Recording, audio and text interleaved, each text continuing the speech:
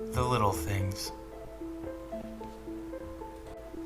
The O'Connor family never had much. Aside from their little sheep farm in the Ireland countryside, all they had was each other. They lived off the land, getting most of their food from either hunting or growing it in their garden.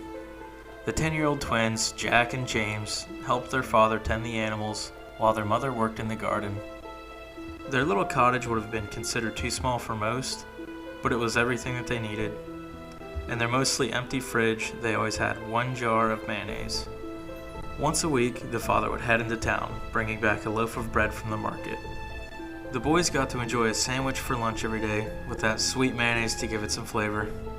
By Saturday evening, the jar would be empty on the kitchen table.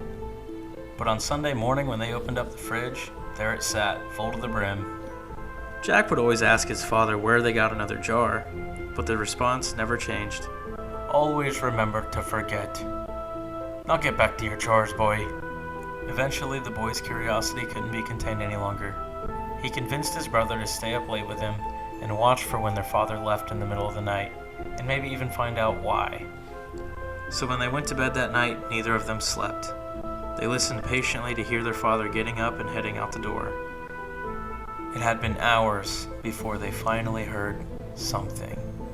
But strangely, it didn't come from their parents' room. The noise sounded like it was coming from the kitchen. The boys thought that maybe their father had managed to sneak out of the bedroom without either of them hearing, but thinking nothing of it, they both headed to the kitchen to finally put an end to the curiosity. They could see the light from the open refrigerator peeking through the kitchen doorway. The boys each poked their head around the corner and were shocked at what they saw. It was a leprechaun. Literally. He was standing in the mouth of the open fridge at roughly 4 feet tall.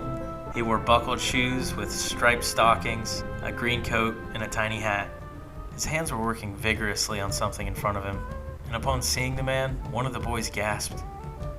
The leprechaun turned quickly, and the boys saw what he held in his hands. It was the jar. Well, hello there, lads. Do you care to have some of me fresh Miracle Whoop? The leprechaun said, before he ferociously began popping more pimples into the jar.